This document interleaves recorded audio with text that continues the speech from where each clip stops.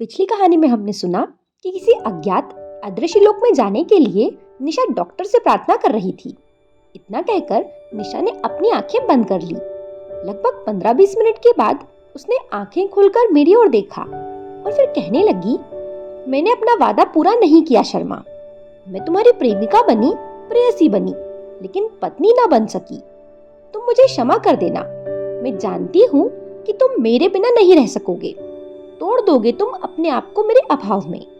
तुम संसार में कैसे रहोगे इसकी कल्पना करके मेरी आत्मा सिहर उठती है। लेकिन मैं कर भी क्या सकती हूँ। मैं लाचार हूँ, विवश हूँ, नियति के सामने हार रही हूँ। मृत्यु हम दोनों को अलग अवश्य कर रही है, मगर हम दोनों का आत्मा के स्तर पर हमेशा हमेशा संबंध बना रहेगा। आत्मा की दृष्टि से हम लोग कभी किसी हाल में अलग नहीं होंगे। निशा के दोनों हाथ अपने हाथों में लेते हुए करुण और विचलित स्वर में मैंने कहा, ऐसा मत कहो निशा, तुम्हें कुछ नहीं होगा। तुम बहुत जल्दी ठीक हो जाओगी। तुम तो अच्छी तरह समझती हो कि तुम्हारे बिना मैं नहीं रह सकता। तुम्हारे अभाव में मेरा जीवन शून्य हो जाएगा। कब्रिस्तान की सारी खामोशी और शमशान की सारी नीरवता मेरे जीवन में भर जाएगी। मेरा भविष्य गहन अंधकार में डूब जाएगा। बोलो निशा, तुम साथ नहीं छोड़ोगी ना मेरा? मगर मेरे इस प्रश्न का उत्तर देने के लिए निशा थी ही कहाँ।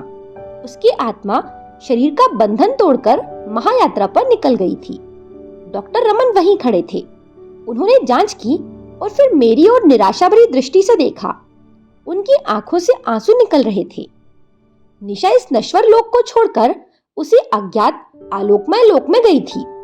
मेरे जीवन में अंधकार भरकर उस समय मेरी मानसिक स्थिति कैसी थी ये मैं बता नहीं सकता। पूरी रात निशा की निर्जीव काया के निकट बैठा मैं जीवन और मृत्यु की फिलॉसफी पर विचार करता रहा। पूरी रात अस्पताल के उस प्राइवेट कैबिन में निशा का शव पड़ा रहा और पूरी रात उसके सिरहाने बैठा रहा मैं। सवेरे लाश को हटाने के लिए डॉक्टर रमन आए। उनके साथ उस समय एक और सज्जन थे जिनका नाम था डॉक्टर मिल्टन।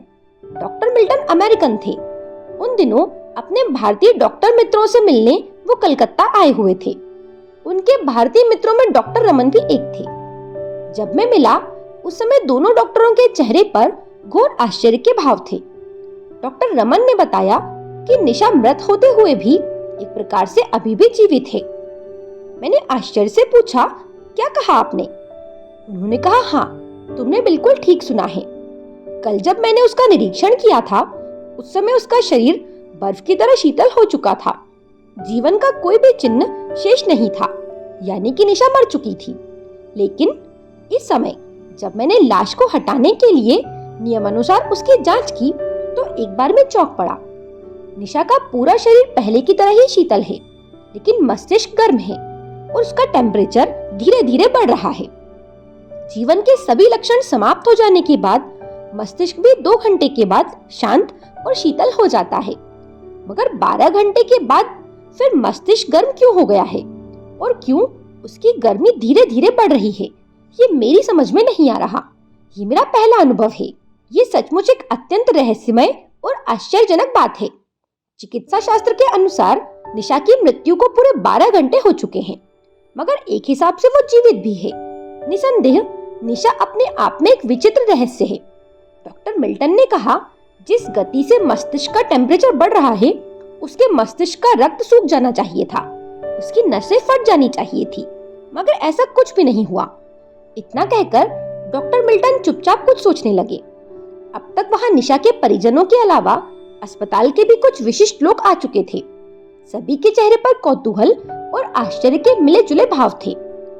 सभी के सामने डॉक्टर मिल्टन ने लाश को फिर चेक किया। उनकी मुख मुद्रा गंभीर थी। उस समय गंभीर स्वर में वो बोले, इस समय जो स्थिति है उसे ना तो गहरी नींद कहा जा सकता है और न ही कोमा कहा जा सकता है। चिकित्सा शास्त्र के अनुसार मृत भी नहीं कहा जा सकता, इसलिए हम उसे मृत घोषित नहीं कर सकते। बड़ी असमंजस की स्थिति है। पूर्ण मृत हो जाने के 12 घंटे बाद अचानक मस्तिष्क का हद से ज्यादा गर्म हो जाना सचमुच सभी के लिए आश्चर्य की बात थी। पूरे 11 दिनों तक उसी रहस्यमय विचित्र स्थिति में रही निशा और फिर 12वें दिन वहां उपस्थित सभी लोगों को घोर आश्चर्य में डालकर निशा ने धीरे धीरे अपनी आंखें खोल दी। इतने दिनों तक वो युवती एकदम मृत स्थिति में किसी अज्ञात लोक में समाहित थी, जहां से लौटने के बाद उसने उत्सुकता से पूछा, आप सब लोग यहाँ क्यों खड़े हैं? क्या मुझे कुछ हो गया था? कौन भला उसके प्रश्न का उत्तर देता? सभी मौन रहे और सभी एक दूसरे के मुंह ताकते रहे। उस समय मुझे कितनी खुशी हुई थी, ये मैं शब्दों में बयान नहीं कर सकता। मगर मेरी वो खुशी क्षणिक ही थी। चिकित्सा शास्त्र के लिए एक अभूतपूर्व घटना थी। 11वें दिन के बाद किसी लोक अथवा किसी अज्ञात स्थिति से लौटकर निशा का आंखें खोलकर देखना और सचेत होकर बातें करना सबके लिए आश्चर्यजनक और अकल्पनीय था। डॉक्टर मिल्टन उत्तेजित हो उठे। उनके मन में अनेक जिज्ञासाएं थी, अनेक प्रश्न थे, मगर वो केवल 2-4 प्रश्न ही पूछ सके निशा से। उनका पहला प्रश्न था, क्या आप इतने समय तक किसी स्वप्न की दुनिया में थीं? बताइए, वो कैसा स्वप्न था? आपने क्या क्या देखा और क्या क्या सुना? दूसरा प्रश्न था, क्या आपको बंद आंखों के सामने सब कुछ अंधकारमय था या फिर प्रकाशमय? आप विस्तार पूर्वक मुझे बताइए, आप किस परिस्थिति में थी? उस प्रश्न को सुनकर वो बहुत देर तक उदास दृष्टि से डॉक्टर मिल्टन की ओर देखती रही और फिर उसने अपना मुंह दूसरी ओर फेर लिया। कुछ भी हो, निशा के उस अभूतपूर्व रहस्यमय प्रत्यावर्तन का कोई कारण डॉक्टर मिल्टन समझ नहीं पा रहे थे। उनकी दृष्टि में चिकित्सा शास्त्र में वो एक अभूतपूर्व अलौकिक घटना थी। वे अपने चैम्बर में लौटे और मैं भी उनके साथ था। उन्होंने तुरंत अपने एक मित्र को बॉम्बे फोन किया। उनके मित्र का नाम था मिस्टर जेम्स। मिस्टर जेम्स सम्मोहन विद्या में पारंगत और परामनोवैज्ञानिक थे और अमेरिका के साइकोलॉजिकल सोसाइटी के उपाध्यक्ष भी थे। उन दिनों डॉक्टर मिल्टन के साथ वो भी भारत आए हुए थे। फोन पर डॉक्टर मिल्टन द्वारा निशा की रहस्यमय कथा सुनकर मिस्टर जेम्स पहले तो एक बारगी चौंक पड़े। फिर वो बोले, ये तो अत्यंत विलक्षण, आश्चर्यजनक और रहस्यमय है। डॉक्टर मिल्टन, मैंने जीवन में ऐसी घटना न देखी है न सुनी है और मैं अगली फ्लाइट से कलकत्ता पहुंच रहा हूँ, आप इंतजार करो। उसी दिन सायकाल मिस्टर जेम्स बॉम्बे से आ गए। उन्होंने आते ही निशा को देखा। उस समय सिर और छाती को छोड़कर सारा शरीर बर्फ की तरह शीतल था। उसे हम अपने ढंग से सम्मोहित कर उसके अवचेतन मन की एक एक बातें जान और समझ लेंगे। मैं भी वहीं खड़ा था। डॉक्टर जेम्स की बात सुनकर एक बार मुझे रोमांच हो गया। परलोक विज्ञान की दृष्टि से मेरे सामने किसी अलौकिक जगत का रहस्य खुलने जा रहा था। मोह बाय कभी मैं डॉक्टर रमन की ओर देखता तो कभी मिस्टर जेम्स की ओर।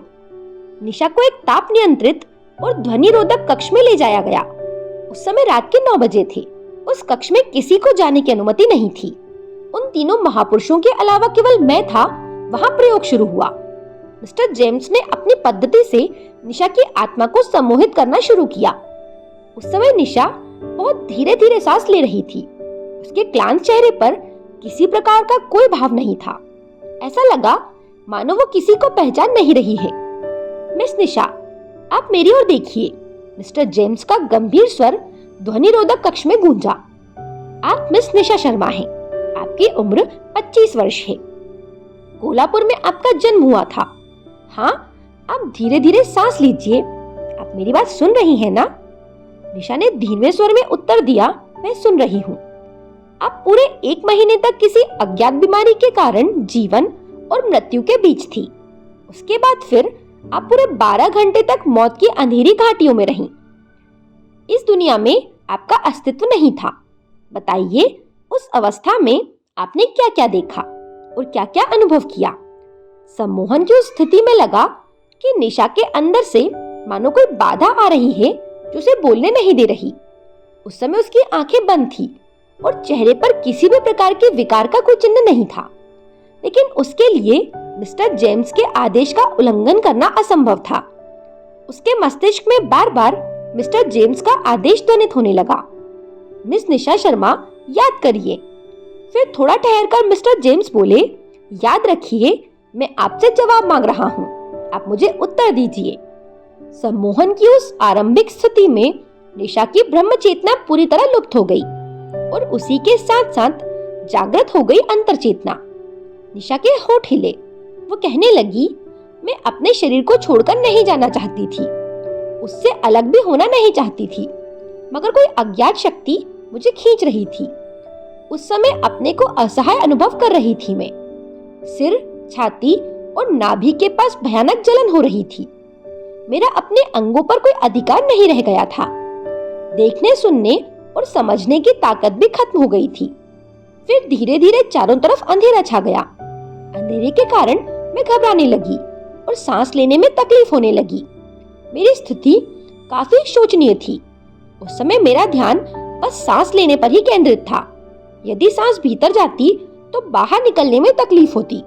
यदि सांस बाहर निकल जाती तो फिर भीतर ले जाने में भयानक तकलीफ होती। उसी अवधि में अचानक मुझे क्या हो गया मैं नहीं जानती। उस स्थिति में मैं अपनी जाति, अपनी सांसारिक स्थिति और अपना नाम भूल गई। उस समय मैं 25 वर्ष की युवती नहीं थी। मैं धीरे धीरे छोटी होती जा रही थी। आगे की कहानी हम अगले भाग में सुनेंगे। अब तक की कहानी आपको कैसी लगी मुझे कमेंट करके जरूर बताएं। मेरे साथ बने रहने के लिए आप सभी का धन्यवाद।